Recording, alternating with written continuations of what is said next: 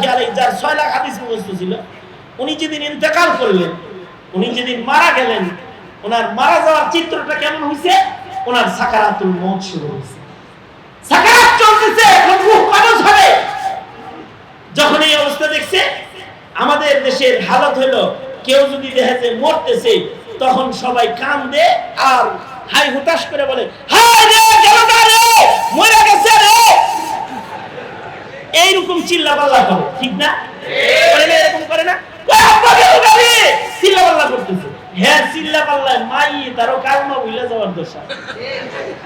তবে সুন্নত হলো যখন কারোর সাকারাত শুরু হবে, তখন তার চতুর্দিকে বসে বসে নিরিবিলি কালিমার তালকিন করতে থাকবে, যেন তার মরার সময় কালিমা উচ্চারিত হয়।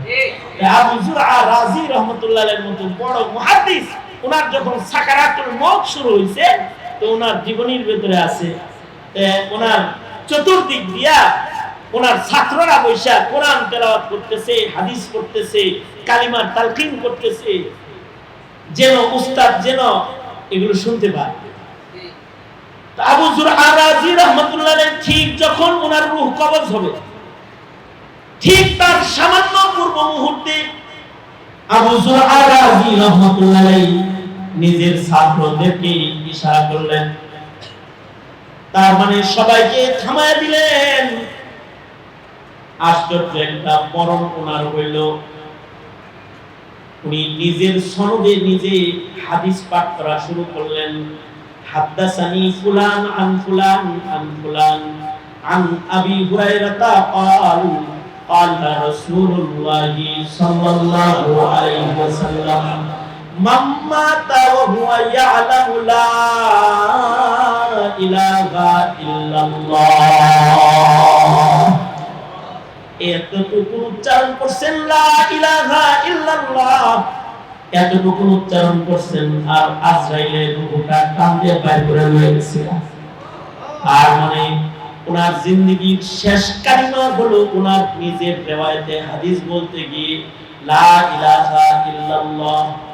কারণ রিওয়ায়াতে আছে কেউ যদি শেষ কথা হয় লা ইলাহা ইল্লাল্লাহ দাখালাল জান্নাহ, সে মরার সাথে সাথে আল্লাহর জান্নাতে চলে যায়। আল্লাহ তাআলা বান্দাকে যখন কাছে নিতে চায়, তখন যে কোনো আমলকে সুন্দর উত্তম তরিকায় আল্লাহ তাআলা আঞ্জাম দেওয়ার সুযোগ করে দেন। এই যে মসজিদে আসছেন, আপনারা মসজিদে বসছেন, এই মাহফিলটার মূল্য বেড়ে গেছে। মাকানের কারণে মাকিনের মূল্য বাড়ে। ফুটপাতে যে জিনিসটার মূল্য 50 টাকা, সিটি সেন্টারে গেলে এটার মূল্য 150 টাকা। জায়গার কারণে বস্তুর দাম বেড়ে যায়।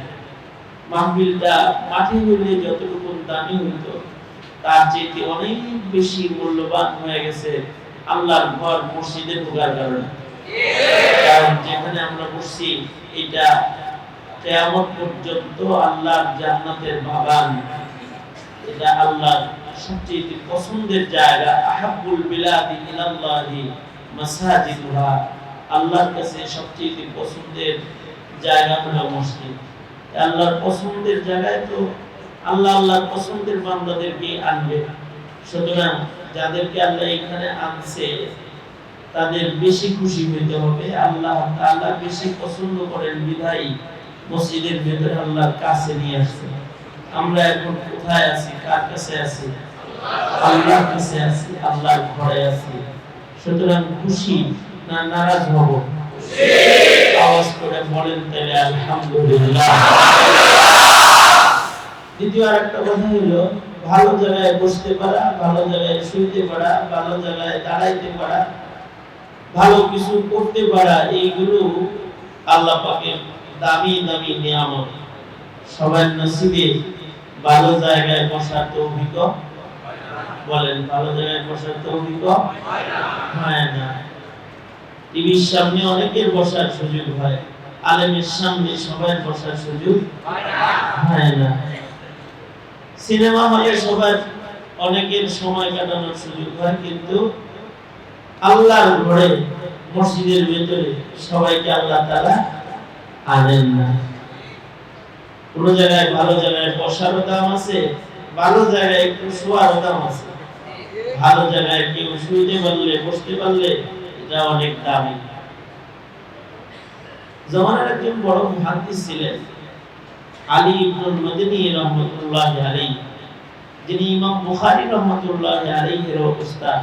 আলী ইবনুল মাদনী বুখারী শরীফের ভিতরে ইমাম বুখারী রাহমাতুল্লাহি আলাইহি আলী ইবনুল মাদনীর riwayat দিয়ে বলে ফেলছেন নিজের কিতাব, এবং খুব মাহবুব উস্তাদ, খুব প্রিয় উস্তাদ ইমাম বুখারী রাহমাতুল্লাহি আলাইহি। ইমাম বুখারী রাহমাতুল্লাহি আলাইহি আল্লাহ তাআলা বিশ্বব্যাপী কবুল করেছেন, সারা দুনিয়াব্যাপী কবুল করেছেন। শুধু ইমাম বুখারী রাহমাতুল্লাহি আলাইহির কারণে ওনার দেশ, ওনার কবর যেখানে আছে, এই জায়গাটাকে সারা দুনিয়াবাসী সম্মান করতে থাকবে কিয়ামত পর্যন্ত। এই ইমাম বুখারী রাহমাতুল্লাহি আলাইহির উস্তাদ হলেন আলী ইবনুল মাদনী রাহমাতুল্লাহি আলাইহি। আশ্চর্য, কত মানুষ মদিনায় মারা যায়, আল্লাহ তাআলা ওনাকে মদিনাতুল মুনাওয়ারাতে মৃত্যু দান করলেন। আর ওনার কপালটা এত ভালো যে উনি যেদিন মারা গেছে সেই দিনই কেবল কোন কারণে নবীজি ইন্তেকালের পরে নবীজির জিসমে আতহার পবিত্র দেহ মোবারক যেই খাটের উপরে শোয়া গোসল দেওয়া হয়েছে, যেই খাটে করে কবরে নেওয়া হয়েছে, নামানো হয়েছে, ঠিক ওই খাটটা ঘটনাচক্রে ওই দিন বাইর করা হয়েছে। আর আলী ইবনুল মাদনী যেহেতু ওই দিন মারা গেছে, তো ওনাকেও জানাজা পড়ায়া আল্লাহর রাসূলের সেই খাট, যে খাটে নবীজিকে কবরে নেওয়া হয়েছে, আলী ইবনুল মাদনীকে ওই খাটে করে জান্নাতুল বাকি গুরুস্থানে নিয়ে যাওয়া হয়েছে। সুবহানাল্লাহ, কত সুন্দর কপাল, নসিব লাগে না? এই যে নবীর শোয়ার খাটে করে যে উনি কবরে গেলেন, এই যে একটা মিল, এমন মিলের পরে আল্লাহ তাআলা বরজকে তার সম্মান কত বাড়াইতে পারে। নসিব যেটা, এটা অনেক মূল্যবান জিনিস।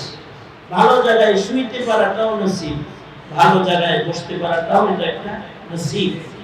আল্লাহ তাআলা আমাদেরকে বসাইছেন, আমাদের এই বসাটাকে আল্লাহ তাআলা কবুল করে নিন, বলেন আমিন। কোরআন শরীফের ভিতরে তিন প্রকারের নফসের আলোচনা আছে। কয় প্রকারের নফসের আলোচনা আছে?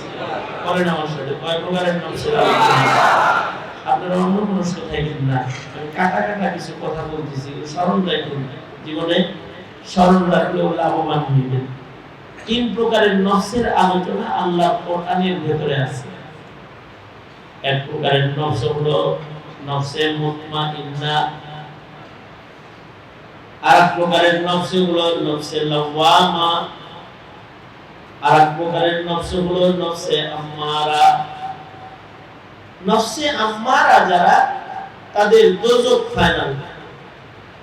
এরা যদি কোনো কারণে কালেমাওয়ালা ঈমান নিয়েও কবরে যায়, এরপর নফসটা আম্মারা হলে দোজখ কি ফাইনাল, দোজখে যাইতেই হবে।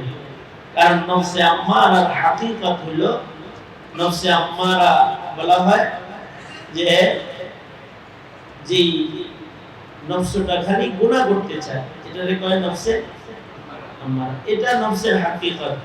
ইন্নান নাফসা লা আম্মারাতুন বিসু, নফসের হাকিকত হলো নফস গুনাহ করতে চায়। কিছু মানুষ আছে, এদের নামাজ ভালো লাগে না, ওয়াজ ভালো লাগে না, কোরআন ভালো লাগে না, মৌলবী দেখলে রাগ উঠে, সেতে ভালো কথা শুনলে পরে মেজাজ খারাপ হয়, সুন্নাত দেখলে পরে, ইসলামী তাহজিব তামাদ্দুন দেখলে নাক ছিটকায়। আছে না? আছে, সমাজে আছে না? পর্দাওয়ালা মহিলা দেখলে পরে তিরস্কার করে, টুপিওয়ালা মানুষ দেখলে, দাড়িওয়ালা মানুষ দেখলে তাদেরকে মস্করা করে, নিম্নমানের মনে করে। আছে না? এই নফসগুলো যাদের ভালো কাজ মোটেই ভালো লাগে না, শুধু গুনাহ ভালো লাগে, এদের নফসটা কি? নফসে আম্মারা। নফসে আম্মারা যারা, তাদের বড় বিপদ। কারণ নফস যদি এই হালতের হয় আর অমন অবস্থায় যদি তার মৃত্যু হয়, তার মরণকালে কষ্ট হবে, আযাব হবে।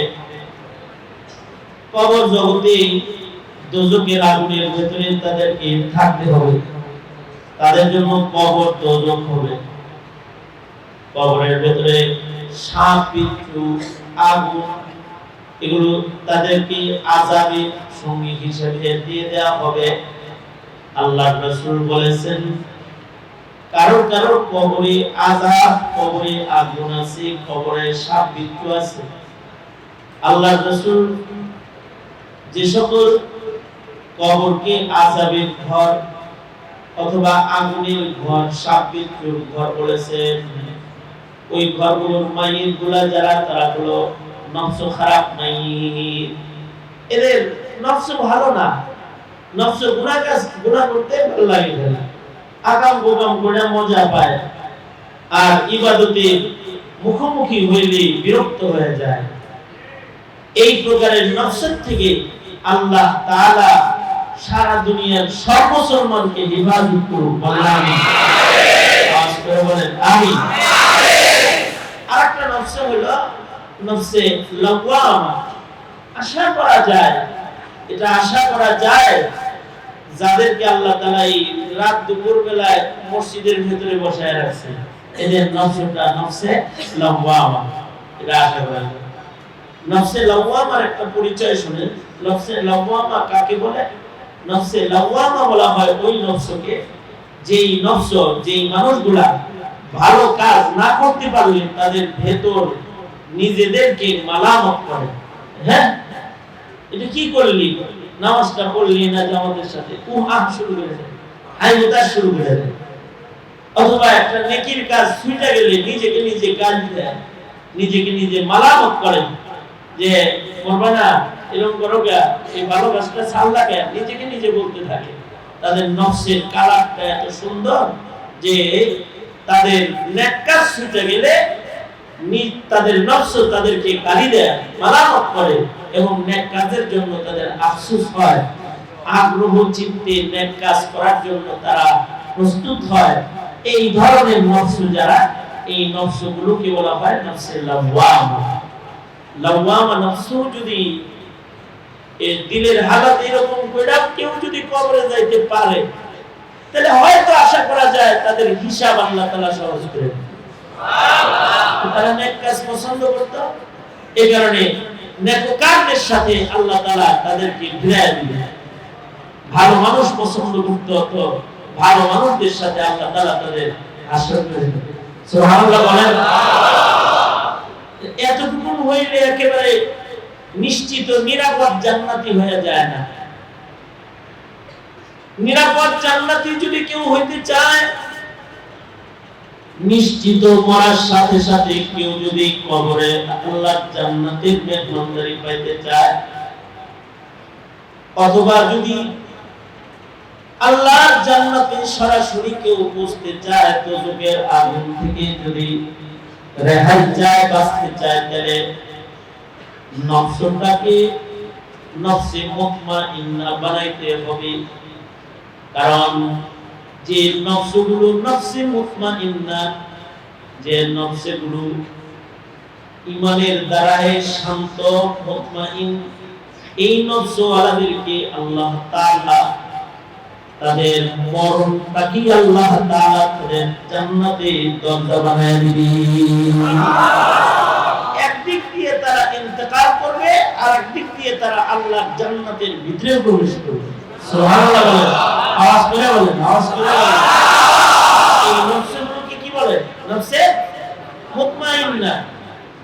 আর নফসে মুতমাইন্না যারা, তারা খাঁটি মুসলিম। তারা কি? জোরে বলেন, জোরে বলেন, তারা কি? খাঁটি মুসলিম। নফসে মুতমাইন্না হলো খাঁটি মুমিন, খাঁটি মুসলিম। তারা ইসলামের উপরে অটল অনড়। এই মানুষগুলা মরার সময় আল্লাহ তাআলা জান্নাত খুলে তাদের ডাক দিবে যে এতদিন করেছিলা, আর দেরি হয় না, আসো, কাছে আসো, জান্নাতের ভিতরে ঢুকো। আল্লাহু আকবার। এই কারণে নফসকে মুতমাইন্না বানাইতে হবে। নফসকে মুতমাইন্না বানাইতে হইলে যে কাজটা করতে হবে সেটা হলো শরীয়তকে তবিয়ত বানাইতে হবে। আমার সাথে বলেন, শরীয়তকে কি বানাইতে হবে? স্বভাবজাত অভ্যাস হতে হবে তার শরীয়তের উপরে চলা। মানে শরীয়ত ছাড়া সে এক মুহূর্ত বাঁচতে পারতেছে না, থাকতে পারতেছে না, এরকম তার হয়ে যেতে হবে। শরীয়তকে তবিয়ত বানাইতে হবে। হযরত আনোয়ার শাহ কাশ্মীরি রহমাতুল্লাহ আলাইহি, ওনাকে একজন জিজ্ঞাসা করছিল রশিদ আহমদ গঙ্গুহি রহমাতুল্লাহর কাছে যে কি কি উপকার পাইছেন। তো হযরত আনোয়ার শাহ কাশ্মীরি রহমাতুল্লাহ আলাইহি, আনোয়ার শাহ কাশ্মীরিকে একটু চেনার চেষ্টা করেন, একটু চিনাই।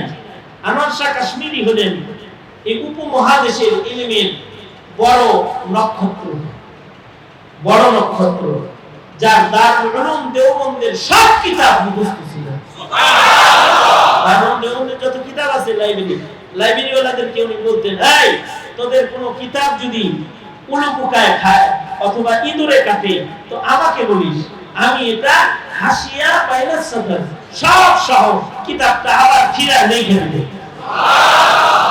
এবং ওনার ব্যাপারে বলা হতো মাকতাবাতুন আযীমাতুন হাইয়াতুন নাতিবাতুন, চলতি ফিরতি একটি লাইব্রেরি ছিলেন উনি। যে আনোয়ার শাহ কাশ্মীরি চলতি ফিরতি লাইব্রেরি ছিলেন, এত বড় আলেম ছিলেন। বুখারী শরীফ, তিরমিজি শরীফ এগুলো ওনার সব মুখস্থ ছিল, মুসলিম শরীফ সব মুখস্থ ছিল, হাদিসের কিতাব সব মুখস্থ ছিল, হাদিসের কিতাবের সারা শরুয়াত সহ সব মুখস্থ ছিল। এই রকম একজন জ্ঞানী মানুষ ছিল। কোন জিনিস এক নজর দেখলে 40 বছর মনে থাকতো। একবার দেখলে সে কত বছর মনে থাকতো? একবার দেখলে 40 বছর মনে থাকতো। এইরকম একজন বড় আলেম ছিলেন উনি। উনি বাইতুল্লাহতে যায় জমজমের পানি হাতে নিয়ে দোয়া করতেছিলেন, দোয়া করেছিলেন, আল্লাহ আপনি আমাকে ইলমে দ্বীনের খাজানা দান করেন, যে ইলমটা আপনি আকাবিরদেরকে দান করেছিলেন, সেই ইলমটা আপনি আমাকে দান করেন। এই দোয়া করছিলেন জমজমের পানি হাতে ধরে।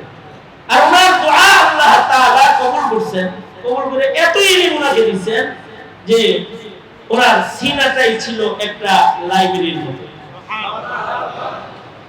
আমাদের আকাবিরদের এরকম একজন না, এই যে কয়জনকে পাগড়ি দেওয়া হবে, 13 জন পাগড়ি দেওয়া হবে না, তার মানে হলো এই 13 জনের সিনার ভিতরে গোটা 30 পারা কোরআন অঙ্কিত আছে। আল্লাহু আকবার বলেন। কোরআন ওদের সিনার ভিতরে আছে। এই রকম হাফিজ কি শুধুই মাত্র দারুল উলুমে আছে না সারা বাংলাদেশের সব মাদ্রাসায় আছে? বলেন, আওয়াজ করে বলেন। শুধু দারুল উলুমে আছে না সারা বাংলাদেশের সব মাদ্রাসায় আছে? এরকম কোরআনের হাফেজ কিরকম আছে? লক্ষ লক্ষ লক্ষ লক্ষ হাফেজ সারা বাংলাদেশেই আছে। পৃথিবীতে একমাত্র শিক্ষা যেটাকে আল্লাহ তাআলা মানুষের সিনায় সিনায় হেফাজত করেন, একমাত্র শিক্ষা, সেটা হলো ইলমে দ্বীন। সেটার নাম কি? জোরে বলেন, আওয়াজ করে বলেন, এটার নাম কি? ইলমে দ্বীনকে আল্লাহ তাআলা সিনার ভিতরে হেফাজত করেন। আজকে যদি গুগল নষ্ট হয়ে যায়, শুধু গুগল সফটওয়্যারটা যদি নষ্ট হয়ে যায়, ডাক্তাররা লোলা হয়ে যাবে, ইঞ্জিনিয়াররা অন্ধ হয়ে যাবে। দুনিয়ার যত শিক্ষিতরা আছে সব ধ্যানদা করবো করে, হায় হায় চলবো কেমনে? কারণ জাগতিক জ্ঞান সফটওয়্যারের ভিতরে ঢুকতেছে। একটা মাত্র ইলম যদি সারা দুনিয়ার কুফর শক্তি এক হয়ে, যদি পৃথিবীর সব কোরআন শরীফ সব হাদিস যদি আবার পুরায়ও ফেলায় জানায়ও ফেলায়, তাইলেও মানুষের সিনায় এত পরিমাণ ইলম আছে কিয়ামত পর্যন্ত মানুষ চলার জন্য পুরা কোরআন এবং কোরআনের যথেষ্ট ব্যাখ্যা মানুষ যা সিনায় সংরক্ষণ করে রাখছে, এটা মুহূর্তের ভেতরে এটা আবার সেটে লেখে মানুষের কাছে পেশ করবে। সেটা হলো ইলমে দ্বীন। এই হেফাজত করে আনোয়ার শাহ কাশ্মীরি রহমাতুল্লাহ আলাইহি এরকম টোটাল লাইব্রেরির হাফেজ ছিলেন। আগের জমানার মানুষের লাখ লাখ হাদিস মুখস্থ ছিল, লাখ লাখ হাদিস। যেমন উজবেকিস্তানে একটা কবরস্থান আছে, যে কবরস্থানের মাইয়িত হইতে হইলে 1 লাখ হাদিস মুখস্থ থাকতে হবে। কয় লাখ হাদিস? 1 লাখ হাদিস তো কয়েক পৃষ্ঠা, তাই না? চান্দু কথা কম দেয়, কথা কম লাগে। 1 লাখ হাদিস কি কয়েক পৃষ্ঠার না? এটা বিরাট বড় একটা রুম ভরা লাইব্রেরির নাম 1 লাখ হাদিস। 1 লক্ষ হাদিস মুখস্থ হইলে এই গুরুস্থানে দাফন হইতে পারে। এখনো কবরস্থানটা উজবেকিস্তানে গেলে মানুষ জিয়ারত করে, দেখে ওই বুজুর্গদের কবরের পারে দাঁড়ায়, উপরে সাইনবোর্ড লেখা আছে যারা ঘুমিয়ে আছে তাদের 2টা গুণ। এই কবরস্থানের ভিতরে 1700 মাইয়িত ঘুমায় রয়েছে, 1700 মাইয়িত। এই 1700 মাইয়িতের ভিতরে ইমাম বুখারী রাহমাতুল্লাহ আলাইহির 17 জন উস্তাদ আছে,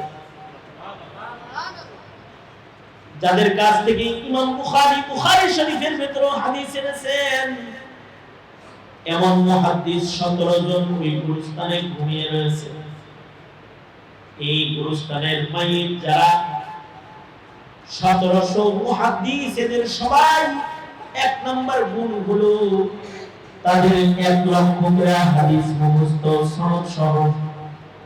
আর দ্বিতীয় নাম্বার গুণ হলো এদের সবার নাম মুহাম্মদ।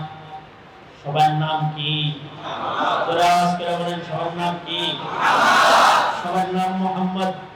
কারণ জমিন যিনি অক্ষ করেছেন তিনি শর্ত দিয়েছেন যে আমার অক্ষ করা জমিনের ভেতরে সে কবর হতে পারবে, তার কবর দেওয়া যাবে যার নাম নবীর নামের নাম হবে মুহাম্মদ নাম হবে, আর যার 1 লক্ষ হাদিস সনদ সহ মুখস্থ থাকবে।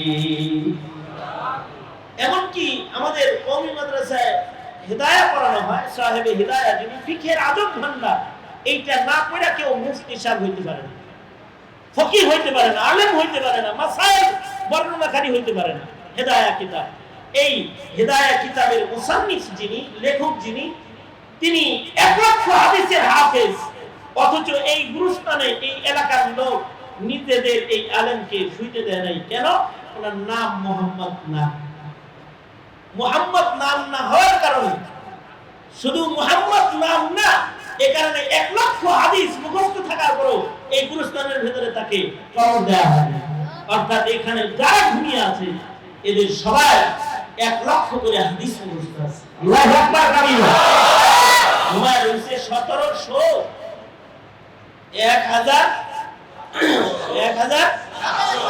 1700 মানুষ এমন ঘুমিয়ে আছে যাদের 1 লাখ করে হাদিস মুখস্থ। আগের যুগে তো 5000, 6000, 7000 মানুষ একটা এলাকায় এমন পাওয়া যেত যারা হাফিজে হাদিস, এরকম পাওয়া যেত। বুখারা, সমরকন্দে হাফিজে হাদিসের অভাব ছিল না। আমাদের দেশে যেরকম বর্তমান যুগে, ওই যুগের মানুষ ভালো ছিল। বর্তমান যুগে যেমন ফেসবুক কিংবা টিভির মানুষের অভাব নাই। একটা জমানা গেছে যেই জমানায় কোরআনের হাফেজ হওয়ার চেষ্টার মানুষ কম ছিল, যে চেষ্টা করে না অথবা হাদিস মুখস্থ করার চেষ্টা করে না, এমন মানুষ একটা জমানা গেছে তখন কম ছিল। শুধু ইলমে দ্বীনের রাজধানী হয়ে গেছিল, যে মানুষের সিনায় সিনায় সিনায় সিনায় লাখ লাখ লাখ লাখ হাদিস আটকা আছে। একজন তো নতুন বিয়া করছে, নতুন বিয়া করে বউ কিন্তু ঘরেই আছে, হে ঘরে বইয়া বইয়া হাদিস মুখস্থ করে। আন আবি জুরা, আন আবি জুরা, আন আবি জুরা। ইমাম আবু জুরা রাহমাতুল্লাহের নাম উচ্চারণ করে আর খালি হাদিস পড়ে। বউ তো সেইটা গেছে, বউ খেপা কয়, বিয়া করলাম আমারে, কার নাম কও এটা তুমি বারবার? সে কয় যে আমি আমার উস্তাদের নাম বলি। এর উস্তাদ হলেন আবু জুরআ আর রাজি রাহমাতুল্লাহি আলাইহি, যিনি অনেক সাহাবীর সাথে দেখা করেছেন, অনেক সাহাবীর সাথে তার মুলাকাত হয়েছে। আবু জুরআ রাজির ছাত্র হলেন ইমাম আহমদ বিন হাম্বল রাহমাতুল্লাহি আলাইহি, আলী ইবনুল মাদানী রাহমাতুল্লাহি আলাইহি, ইহইয়া ইবনে মাঈন রাহমাতুল্লাহি আলাইহি, যারা ইমাম বুখারীর উস্তাদ। এরা হলো আবু জুরআ রাজির ছাত্র। তো এর নামে খালি হাদিস করতেছে, আনা আবি জুরআ, আনা আবি জুরআ, আনা আবি জুরআ। বই কয় বিয়া করলা, আমার নাম কও কার? তো ছাত্র বলতেছে যে আমি আমার উস্তাদের রিওয়ায়াতে হাদিস মুখস্থ করতেছি, তাই তার নাম বারবার বলি। বিবি তেরা মার্কা বিবি বলে একটা মানুষের নাম কি এতবার উচ্চারণ করতে হয় নাকি? তো ছাত্র রাইগা যায় বলতেছে আমার উস্তাদের নাম 1,00,000 বার উচ্চারণ ডেলি করা যায়। কেন 1,00,000 বার উচ্চারণ করা যাবে তোমার উস্তাদের নাম? আমার উস্তাদের 1,00,000 হাদিস মুখস্থ আছে। 1,00,000 হাদিস মুখস্থ থাকলে পরে 1,00,000 বার নাম নেওয়া যাবে না কেন? আমার উস্তাদের নাম লাখ বার নেওয়া যাবে। বউ হইলো তেরা মার্কা, বউ বেশি দিয়ে দেয় 1,00,000 হাদিস, 1,00,000 হাদিস মামু বাড়ির কলা মুখস্থ আছে। এইভাবে যখন আক্রমণ একটা করছে, আক্রমণ করার পরে তো ছাত্র আরো বেশি খেপে গেছে।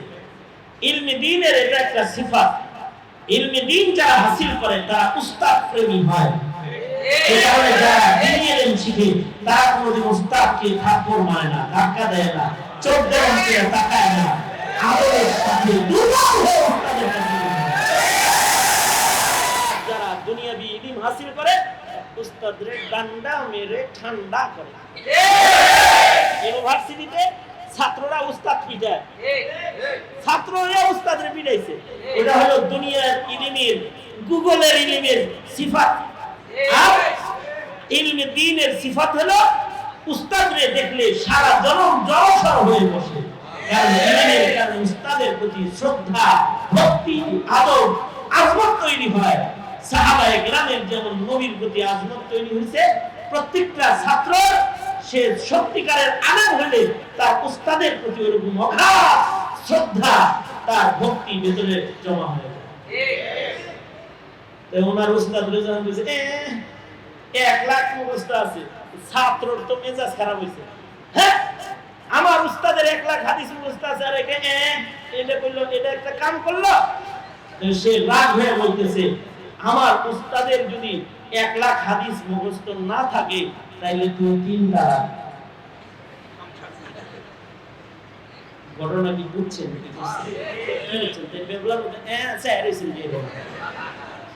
মানে কি বলতেছে? আমার উস্তাদের যদি বলেন মুখস্থ না থাকে তাহলে তুই কি 3 তালাক। রাগে তো এই কথা কইছে। এবার যখন রাগটা একটু ঠান্ডা হয়েছে, ঠান্ডা হওয়ার পরে চিন্তা করতেছে, বললাম যে আসলে কি হুজুরের 1,00,000 মুখস্থ আছে? যদি না থাকে তাহলে তো বউ আইছে, বউ গেছে আবার বিয়ে করবো, আর টেনশনে ধরছে। সকাল বেলায় উস্তাদের কাছে গেছে, আবু জুরআ রাজি রাহমাতুল্লাহর কাছে সকাল বেলায় গেছে। যা বলে উস্তাদ কি মাথা গরম, মাথা গরম, মাথা গরম। কি লাগে মাথা গরম? ওই উস্তাদ জি গো বললে তো বেকায়দায় পড়ে গেছে। কেমনে বেকায়দায় পড়ছো? ওই বউরে বলছি যে আমার উস্তাদের যদি 1,00,000 হাদিস মুখস্থ না থাকে তাহলে তুমি 3 তালাক। এমন কথা কইছিলেন? আমি আপনার নাম বলি হাদাসানি আবু জুরআ আনাবি জুরআ আনাবি জুরআ, আপনার নাম উচ্চারণ করে দেহে খালি চেতে যে হের নামে তো কয়টা। এর লেগে আমি বলছি আমার উস্তাদের নাম ডেলি 1,00,000 বার নেওয়া যাবে, কারণ আমার উস্তাদের 1,00,000 হাদিস মুখস্থ আছে। হে বেশি মেরে কয় নাই, এজন্য আমি বলছি যদি না থাকে তাহলে তুই 3 তালাক। উস্তাদ জি গো বউটা আছে নাকি গেছে? ও কি এখন আমার আছে? আপনার কি আসলেই 1,00,000 হাদিস মুখস্থ আছে? আবু জুরআ রাজি রাহমাতুল্লাহি আলাইহি সুবহানাল্লাহ বলার লাগে রেডিওয়ে বলেন, খবরটা ডেলিভারি দেওয়ার সাথে সাথে ভালো করে এখন সুবহানাল্লাহ বলেন। আবু জুরআ রাজি বলে যাও নিশ্চিন্ত মনে ঘর সংসার করবে, আমার 1,00,000 না তোমার উস্তাদের 6,00,000 হাদিস সমস্যা হবে না। মুখস্থ আছে সনদ সহ, তার মানে কি তোমার বউ কি হয় নাই? উলাইকা আবাই। আর এটা হলো কওমি মাদ্রাসা। এই জন্য এই ছিঁড়ে ফেলবে। কথা বলো, কথা বলবো না।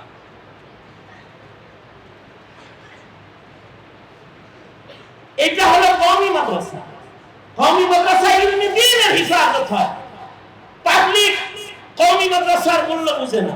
তাদেরকে কি বলে? তাদেরকে বলে এই দারুল উলুম মাদ্রাসাকে একটা ডাক্তার দিছে, একটা ইঞ্জিনিয়ার দিছে, একটা উকিল সাহেব দিছে, এটা চান্দা দাও কিনলে না। এগুলো যারা কয় এগুলো হলো সব পশ্চিমবঙ্গ বানানো কুলি, নিজেদের মুখে বলে, নিজেও জানে না যে কার বিরুদ্ধে কথা বলতেছে, নিজের কত ক্ষতি নিজে করতেছে, এটা নিজেও বুঝে না। কওমি মাদ্রাসা তো ডাক্তার বানানোর দরকার নেই। কওমি মাদ্রাসা একটি বিশেষায়িত শিক্ষার বিশেষ প্রতিষ্ঠান, যেখানে হাফেজ কোরআন গঠন হবে, যেখানে ফকিহ গঠন হবে, যেখানে জাতিকে ইলম দেওয়ার যোগ্য মানুষ কারিগর তৈরি হবে। তারা আবার জাতির জন্য জানাজা পড়ানোর ইমাম রেডি করবে, বিয়া পড়ানোর খুতবা দেওয়ার আলেম রেডি করবে, হালাল হারাম বুঝানোর মুফতি রেডি করবে। এটা যদি রেডি না করো তাহলে ভবিষ্যতে জানাজা পড়ানোর একটা মানুষ তালাশ করে পাবে না। এরাই ক্ষেত্রটা করতেছে যে এরা জাতির জন্য আলেম রেডি করে, জাতির জন্য মুফতি সাহেব রেডি করে, জাতির জন্য হাফিজুল কোরআন রেডি করে। হাফিজুল আল-আজিম একাই 6 লক্ষ হাদিস মুখস্থ, আর ওদের 6666 আয়াত মুখস্থ। কোরআনে কারীমের এক একটি আয়াত একটা হাদিসের চাইতে অনেক জায়গায় বড়, ছোট হাদিস, কিন্তু কোরআনের আয়াত আরো অনেক বড়। কোরআন সূরা বাকারায় এক আয়াত আছে 1 পৃষ্ঠা, এক আয়াত 1 পৃষ্ঠা আছে না? তার মানে অর্থ তাহলে হাজার হাজার আয়াতে কারিমা মুখস্থ মানে হলো ইলমের বিশাল ভান্ডার মুখস্থ। কারণ কোরআনে কারীম কি? কোরআনে কারীমের ভেতরে বাবা আদম থেকে শুরু করে আমাদের নবী পর্যন্ত যত আসমানি কিতাব জমিনে আছে, সব আসমানি কিতাবের সকল ইলম তাহলে কোরআনে কারীমের ভেতরে ইলমে দ্বীনের এত বড় খাজানা আছে। এই খাজানার হিফাজতেই 13টা ছেলে মানে হলো ওদের সিনার ভেতরে এই ইলমে দ্বীনের টোটাল খাজানা আছে। এইটা এই ওদের কলমে লিখছেন কে বলেন? কে লিখছেন? জোরে আওয়াজ করে বলেন, জোরে আওয়াজ।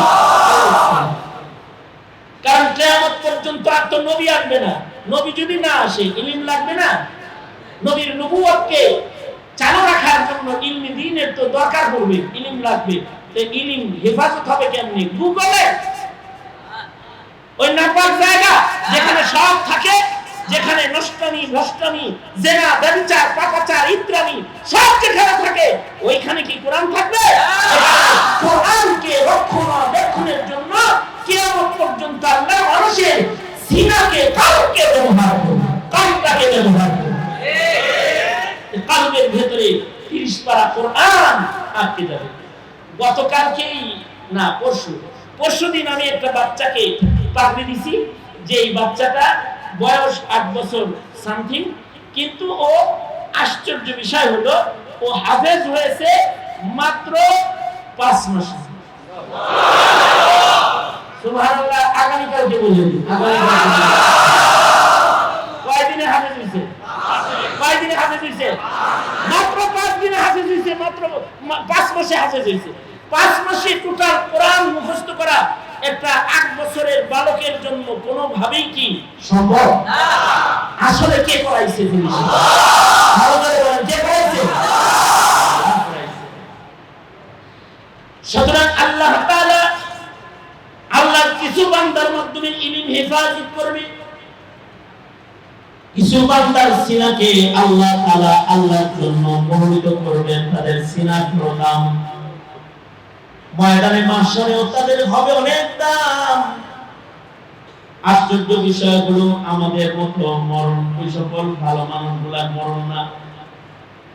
যেমন হাফেজে কোরআন যারা, ওদের কবরে আযাব হবে না। যে সিনায় কোরআন আছে ওই সিনায় আল্লাহ আগুনে জ্বালাবেন। হাফেজে কোরআনকে আল্লাহ তাআলা দুজকের আগুনে দিবে না। যেখানে আল্লাহর কালাম আছে ওটা আগুনে দেওয়া যায় না। শুধু তাকে জান্নাত দিবে তা না, একজন হাফেজে কোরআন কমপক্ষে 10 জন এমন জাহান্নামী মানুষকে শাফাত করে আল্লাহ জান্নাতে নিয়ে যাবে, যাদের নফসুল লাওয়ামা মুতমাইন্না ছিল না। কুল্লুহুম কাদ ওয়াজাবাত লাহুম নার, অর্থাৎ তারা ছিল নফসে আম্মারা, কিন্তু এই হাফেজ সাহেবে এমন 10 জন নিশ্চিত দোজখী মানুষকেও শাফাত কইরা আল্লাহ জান্নাতে ঢুকাবে। কারণ ওকে তো আল্লাহ তাআলা কবুল করেছেন। আবু যুরআ রাজি রাহমাতুল্লাহি আলাইহি যার 6 লাখ হাদিস মুখস্থ ছিল, উনি যেদিন ইন্তেকাল করলেন, উনি যেদিন মারা গেলেন, ওনার মারা যাওয়ার চিত্রটা কেমন হইছে? ওনার সাকারাতুল মউত শুরু হইছে, সাকারাত চলতেছে, রূহ কবজ হবে। যখন এই অবস্থা দেখছে, আমাদের দেশের হালত হলো কেউ যদি দেখে যে মরতেছে, তখন সবাই কান্দে আর হাই হুতাশ করে বলে, হায় রে জনতা রে, মরে গেছে রে, এইরকম চিল্লাপাল্লা করে, ঠিক না? করে না, এরকম করে না? চিল্লাপাল্লা করতেছে, হ্যাঁ চিল্লাপাল্লায় মাই তারও কালমা ভুলে যাওয়ার দশা। তবে সুন্নত হলো যখন কারোর সাকারাত শুরু হবে, তখন তার চতুর্দিকে বসে বসে নিরিবিলি কালিমার তালকিন করতে থাকবে, যেন তার মরার সময় কালিমা উচ্চারিত হয়। আবু যুরআ রাজি রাহমাতুল্লাহ আলাইহির মতো বড় মুহাদ্দিস, ওনার যখন সাকারাতুল মউত শুরু হইছে, তো ওনার জীবনীর ভিতরে আছে ওনার চতুর্দিক দিয়া ওনার ছাত্ররা বৈশা কোরআন তেলাওয়াত করতেছে, হাদিস করতেছে, কালিমার তালকিন করতেছে, যেন উস্তাদ যেন এগুলো শুনতে পায়। আবু যুরআ রাজি রাহমাতুল্লাহ আলাইহি ঠিক যখন ওনার রূহ কবজ হবে, ঠিক তার সামান্য পূর্ব মুহূর্তে আবু যুরআ রাজি রাহমাতুল্লাহ আলাইহি নিজের ছাত্রদেরকে ইশারা করলেন, তার মানে সবাইকে থামায় দিলেন। আশ্চর্য একটা মরণ ওনার হইল। উনি নিজের সনদে নিজে হাদিস পাঠ করা শুরু করলেন। হাদাসানি ফুলান আন ফুলান আন ফুলান আন আবি হুরায়রা قال قال رسول الله صلى الله عليه وسلم من مات وهو يعلم لا إله إلا الله, এতটুকু উচ্চারণ করছেন লা ইলাহা ইল্লাল্লাহ, এতটুকু উচ্চারণ করছেন আর আজরাইলের রূহটা কান্দে বাইর করে লয়ে গেছে। আর মানে ওনার জিন্দেগীর শেষ কালিমা হলো ওনার নিজের রিওয়ায়াতে হাদিস বলতে গিয়ে লা ইলাহা ইল্লাল্লাহ। কারণ রিওয়ায়াতে আছে কেউ যদি শেষ কথা হয় লা ইলাহা ইল্লাল্লাহ দাখালাল জান্নাহ, সে মরার সাথে সাথে আল্লাহর জান্নাতে চলে যায়। এই কারণে নফসে মুতমাইন্না যারা, তাদের মরণ ভালো হয়, সঙ্গত কারণে মরণ ভালো করা দরকার না। আমাদের মরতে হইব না, মরতে হইব না। কারা কারা মরবেন না তুলেন তো দেখি। হ্যাঁ তুলছেন কি একজন? সবাই মরতে হইব তো। মরণের সময় যেন নফসে মুতমাইন্না হয়ে মরতে পারি, এর জন্য শরীয়তের আমল দরকার। কারণ যারা শরীয়তের উপরে অটল না, তারা নফসে মুতমাইন্না হতে পারবে না। কোরআনে আছে ইন্নাল্লাযীনা ক্বালু রাব্বুনাল্লাহ, ইন্নাল্লাযীনা ক্বালু রাব্বুনাল্লাহ সুম্মা ইসতাকামু তাতানাজ্জালু আলাইহিমুল মালায়েকা, তাতানাজ্জালু আলাইহিমুল মালায়েকাতু আল্লা তাখাফু ওয়ালা তাহজানু ওয়া আবশিরু বিল জান্নাহ وابشروا بالجنة التي كنتم توعدون نحن أولياؤكم في الحياة الدنيا وفي الآخرة ولكم فيها ما تشتهي أنفسكم ولكم فيها ما تدعون نزلا من غفور رحيم। শরীয়তের উপরে যারা অটল, শরীয়ত যাদের তবিয়ত, অর্থাৎ দলের আদর্শে অটল অবস্থায় অনেক লোকের মৃত্যু হয়, কিন্তু ধর্মের উপরে অটল অবস্থায় মৃত্যু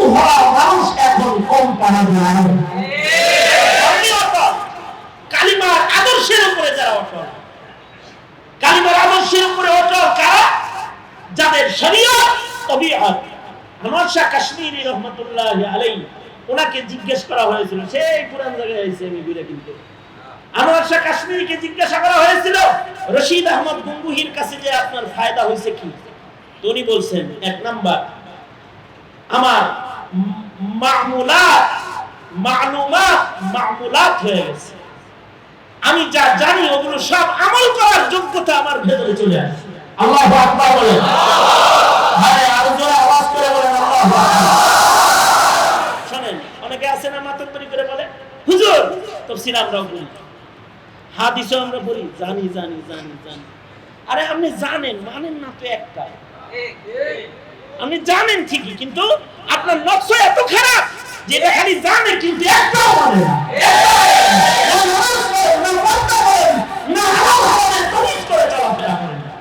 জানেন অনেক কিন্তু মানেন না একটাও। যে জানে কিন্তু মানে না, এ কি ভালো? এ কারণে হাসরের মাঠে ওই মৌলবীকে আগে তো চোখে ফেলা হবে যে ইলম শিখেছে কিন্তু আমল করে নাই। বলেন তো এই আলেমের দোষ কি? হ্যাঁ, এই আলেমের দোষ কি? জানে কিন্তু মানে না, জানে কিন্তু, বলেন জানে কিন্তু। ওই আলেমের যে দশা, জানে কিন্তু মানে না। আপনি বুজুর্গ যে বাংলা পড়ে পড়ে সব জানেন, আপনারা ঠিক ওই দশা, আপনি জানেন কিন্তু। তাতে কি দোজখে যাওয়ার লিস্টে পিছে পড়ছে না আগে গেছে? এই কারণে খালি জানলেই হয় নাকি মানার যোগ্যতা রাখতে হয়?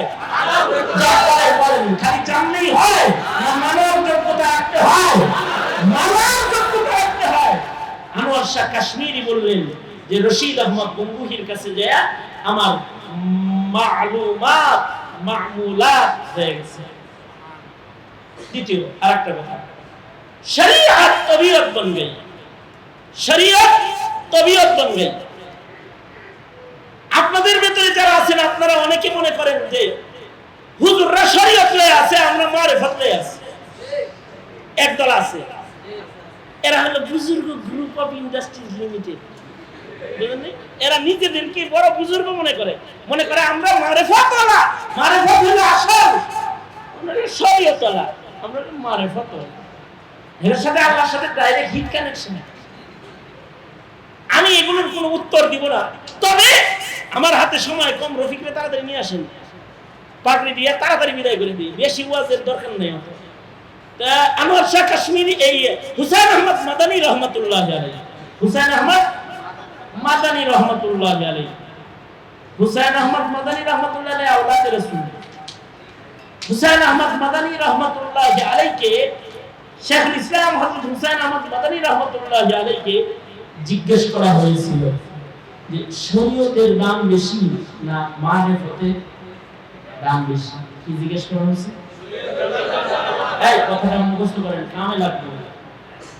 অনেকে যারা পীরের কাছে মুরিদ হন কিন্তু নামাজ পড়ার খাসিয়ত নেই, পান এরকম জায়গা, পান না এরকম কিছু পাওয়া যায় না? মুরিদ হয় কিন্তু কি করে না, আমরা মুরিদ হয়েছি, আমরা মারিফত হলাম, এবার তো লাগে না। হুসাইন আহমদ মাদানীকে জিজ্ঞেস করা হয়েছে শরীয়তের দাম বেশি না মারিফতের দাম বেশি? তো হযরত মাদানী উত্তর দিয়েছেন, উত্তরটা মনে রাখেন, কোরআন হাদিসের উত্তর সবার কাছে দেওয়া লাগে না, আর হাদিসের নাম বড় সবার কাছে দেওয়া লাগে না। বাসওয়ালারে বাস দিয়ে বুঝাইতে হয়। বাসওয়ালার বাস বড় দলিল কাগজ নিয়ে খারাইল না, বাস নিয়ে দাঁড়াইতে হয়। কথাটা মুখস্থ করে রাখেন, হাদিস করলে তো মুখস্থ রাখতে পারবেন না, কমস কম এটা মুখস্থ রাখেন। সেটা হলো হযরত মাদানী বললেন যে দুধের দাম বেশি না ঘির দাম বেশি? ইখতিলাফ লাগছে না আপনাদের ভিতরে? মোল্লাদের ভিতরে ইখতিলাফ, আপনাদের ভিতরে তো ইখতিলাফ নেই। একজন কোন দুধের দাম বেশি, আর একজন কোন ঘিয়ের দাম বেশি। আচ্ছা বলেন তো দুধের কেজি কয় টাকা আমাদের দেশে? 80। আচ্ছা ধরে নিলাম 100, মানে নিলাম, বাইরে যায় দিন হেদিন 100। ঘির দাম কত? হ্যাঁ, তার মানে কয় কেজি দুধ বেচলে 1 কেজি ঘি হইব? 12 কেজি দুধ বেচলে 1 কেজি ঘি কেনা যাইব, দাম কোনটার বেশি? এখন বললেন ঘি, ঘি করতে আইছে, আশ্রম খাইছে বেটা, দুধের অস্তিত্ব না আসলে তো ঘি হইতো না। দুধ নাই, পানি 12 কেজি জাল দিয়ে ঘি বাইর করিস তুই। 12 কেজি পানি জাল দিয়া তারপরে 1 কেজি ঘি বাইর করলো, চাম দুধ। দুধ যদি 12 কেজি না হইতো তাহলে তো 1 কেজি ঘি হইতো না। 1 কেজি ঘি বাড়ি ছিল 12 কেজি দুধ জ্বালায়া। তারপরে তুমি মনে করো কি মারেফত কোন গাছে ধরে? মারেফত শরীয়ত কোন গাছে ধরে? মারেফতের ফুল শরীয়ত কোন গাছে ফোটে? শরীয়ত নাই, সে আবার কিসের মারেফত বলে? ও তো ঠিক ডাইরেক্ট মরার পথে আছে। কই আছে? যারা আওয়াজ করে বলেন কোথায় আছে? সরাসরি মরার পথে আছে। সে কারণে মারেফত যেটা, এটা শরীয়তের উপরে নির্ভরশীল। শরীয়তে যদি না হয় তাহলে সে মারেফত ওয়ালা নয়। যার ভিতরে শরীয়ত আছে তার ভিতরেই মারেফত আছে। শরীয়ত যে শিখবে এটা তো একতারা দুতারা বাজায় শেখা যায়, তাই না? কথা বলেন কিন্তু আমার সাথে। শরীয়ত যে শিখবেন এটা একতারা দুতারা বাজাইলেই তো শরীয়ত শিখুন যায়। শরীয়ত শিখার লাগে মাদ্রাসা লাগে, শরীয়ত শিখার লাগে দাওয়াতে তাবলীগ লাগে, শরীয়তের আমল করা মারফতের সাত পাইতে খানকা লাগে, হক্কানি পীর লাগে, খিচুড়ি আর গরুর মহিষালা পীর হইলে শরীয়ত হয় না, মারফত হয় না, মারফত থেকে দিবে না।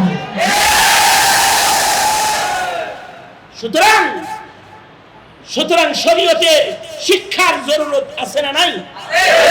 আছে না নাই? শরীয়তের শিক্ষা কোথায় দেওয়া হয় এখন? আমাদের দেশের যত স্কুল কলেজ ইউনিভার্সিটি আছে সবগুলোতে ধর্ম শিক্ষা অর্থাৎ শরীয়ত শিক্ষাটা বর্তমান শিক্ষানীতির আইন হলো এটা ঐচ্ছিক। শরীয়তের শিক্ষায় ধর্ম শিক্ষায় কেউ ফেল করলে সে ফেল না, সে ফেল না।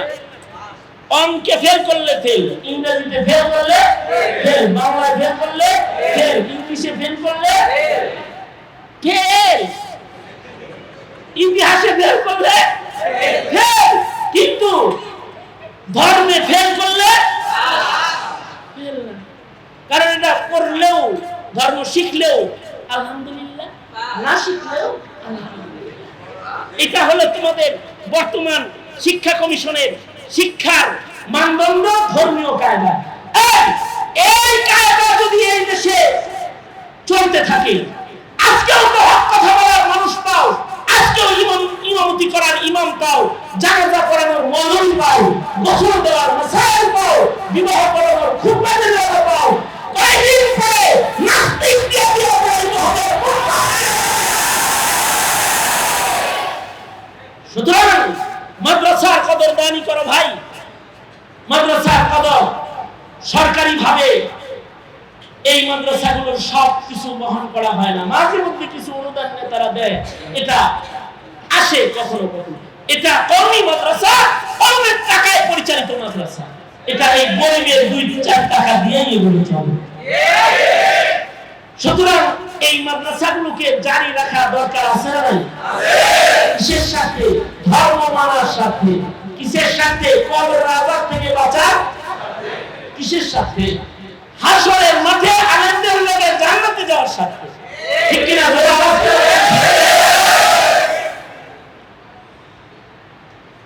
আলেমদের সাথে যদি কারো মুহাব্বত হয়, সবচেয়ে ভালো হয় যদি আলেমের সাথে কারো কবর হয়। এই কথা তো মাথায় অনেকের আসে না যে আলেমের সাথে কবর হইলে লাভ, নবীর সাথে কবর হইলে যেমন লাভ, নায়েব নবীর সাথে কবর হইলে লাভ, মদিনায় কবর হইলে লাভ, কারণ ওখানে নবী ঘুমায় রয়েছে। এ কারণে জমানার বড়রা নবীর সাথে কবর করার লাগা আল্লাহর কাছে কাঁদছে। ইমাম মালিক মদিনায় কবর করার জন্য মদিনায় ইকামত করেছে। জাকারিয়া রাহমাতুল্লাহি আলাইহি মদিনায় কবর করার জন্য হিজরত করেছে। আমার উস্তাদ শেখুল হাদিস আল্লামা আজিজুল হক রাহমাতুল্লাহি আলাইহি সারা জীবন দোয়া করেছে, ও আল্লাহ হজের সফরে মদিনায় থাকা অবস্থায় আমাদের মরণ দিও। রাজায়া বিরব্বি আন আমুতা ফি তাইবাতিন। ও আল্লাহ, আমি মদিনায় মরবার চাই, কারণ রাসূলের কবরের পাশাপাশি কবর হইলে কবরে আযাব হবে। একজন জামাইয়ের কারণে, বরের কারণে হাজার বর যাত্রীকে যেমন করে রান খাওয়ানো হয়, ডিম খাওয়ানো হয়, ভালো মানুষের কবরের এরিয়ার ভেতরে যদি কারোর কবর হয়, আল্লাহ তাআলা ভালো মানুষের কবরের আশেপাশে যাদের কবর হয়, আল্লাহ তাআলা ভালো মানুষগুলার বরকতে অন্যান্য মাইয়িতদের কবরের আযাব আল্লাহ তাআলা মাফ করে দেয়। এ কারণে দোয়া করতে হয়, আল্লাহ নফসি মুতমাইন্না করে মরণ দিও। ওগো আল্লাহ, ও মাসকুম নফসি মুতমাইন্না আলিম দ্বীন ওলি বুজুর্গের কবরের সাথে আমার কবর করে দিও। ওগো আল্লাহ, কবরে আমি যেন ভালো মানুষের সাথে দাঁড়াইতে পারি। আমরা তো চিন্তা করি না, আমরা পারিবারিক কবরস্থান বানাই। এখন পারিবারিক কবরস্থান আছে। ঘটনা ঘটবে, 9 জন পরিবারের সদস্য একসাথে শুয়েছি, সবগুলা যদি বেনামাজি হয়, ঠান্ডা বাইরে সব ঠান্ডা বানায় দিবে। আর যদি কোনো আলেমের কবরস্থানে কবর হয়, যে গুরুস্থানে একজন মাইয়িতকে কবর দেওয়া হয়েছে আলেমে দ্বীন, আশা করা যায় আলেমের পাশে কবর হইলেও কবরটা দোজখের আগুন থেকে রেহাই পেয়ে যাবে। আল্লাহর কাছে দোয়া করতে হয়, ও আল্লাহ, যে আলেম আমার বিয়ে পড়াইলো, যে আলেম আমার বিয়ের খুতবা দিল, যে আলেম আমার সন্তানের নাম রাখলো, যে আলেম আমার ঘরে দোয়া করলো, ও আল্লাহ, কবরের ঘরে তুমি একজন আলেমের সাথে আমাদের জায়গা দিও। এই দোয়া করে কবরকেও ভালো বানানোর মেহনত একজন মুত্তাকি মুমিনের করতে হয়। যোগ আল্লাহ, তোমার পেয়ারা মানুষের সাথে আমার কবর বানায় দিও। হ্যাঁ, কবর তো আর সবাই একজন আলেমের সাথে হওয়া সম্ভব না। হাফিজি হুজুরের কবরের লগে আমাদের সবার কবর বানানো সম্ভব না। পীরজি হুজুরের কবরের সাথে আমাদের সবার কবর বানানো সম্ভব না। নূর হোসেন কাসিমি রহমাতুল্লাহের কবরের সাথে আমাদের সবার কবর বানানো সম্ভব না। আহমদ শফি রহমাতুল্লাহের কবরের সাথে আমাদের সবার কবর বানানো সম্ভব না। কিন্তু আল্লাহর রাসূল একটা সহজ পদ্ধতি আমাদেরকে দিয়ে গেছে। কবর কাছাকাছি যদি না করতে পারো, তো কমাস কম কলব কাছাকাছি করো। আর মারু মা মাহাব্বা, কলব কাছাকাছি করো। দিলের ভিতরে আলেম রাখো, দিলের ভিতরে আলেম জেলে রাখো না, দিলে রাখো। আলেমকে জেলে রাখা যায় না, তাকে দিলের ভিতরে রাখা যায়। যদি কেউ আলেমকে দিলে রাখে, তাইলেও রাসূল বলে আর মারু মা মাহাব্বা, যার সাথে যার মুহাব্বত, তার সাথে তার হাসর হবে, কিয়ামত হবে। সঙ্গত কারণে মাদ্রাসার মৌলবীদের কাছে থাকতে না পারো, দূর থেকে আও মুহিব্বান হবা। আল্লাহর রাসূল বলছে, সাবধান পঞ্চম হইবা না, তাইলে কিন্তু কবর হাসর মুসিবতে পড়ে যাবে। আপনারা যারা মাদ্রাসাকে ভালোবাসেন, আশা করি এই ভালোবাসা আপনাদের কবর হাসর মওত সুন্দর করবে ইনশাআল্লাহ। মওত পর্যন্ত আলেমদের সাথে, মাদ্রাসার সাথে আপনারা আছেন ইনশাআল্লাহ। তো আজকে বললেন আছেন ইনশাআল্লাহ, মনে থাকবে তো? ইয়া আল্লাহ, আমার সাথে বলেন ইয়া আল্লাহ। আমরা কইতেছি মওত পর্যন্ত আপনারা আলেমদের সাথে থাকবো। মাদ্রাসা দিনের দুর্গ, একে ভালোবাসবো, সহযোগিতা করবো, আলেম গড়ার ক্ষেত্রে অবদান রাখবো। চিল্লায় জোরে আওয়াজ করে বলেন ইনশাআল্লাহ। এই মসজিদে খতিব থাকা অবস্থায় আমরা ইসলামী মাদ্রাসা শুরু করছি। আজকে এই মাদ্রাসার স্থায়ী জায়গা হয়ে গেছে। কতটুকুন জায়গা হয়েছে জানো? 56% জমিনের উপরে মাদ্রাসাটা দাঁড়ায় আছে। আপনাদের অবদান, আপনাদের সবার অবদান। সুতরাং একে ভালোবাসবো ইনশাআল্লাহ।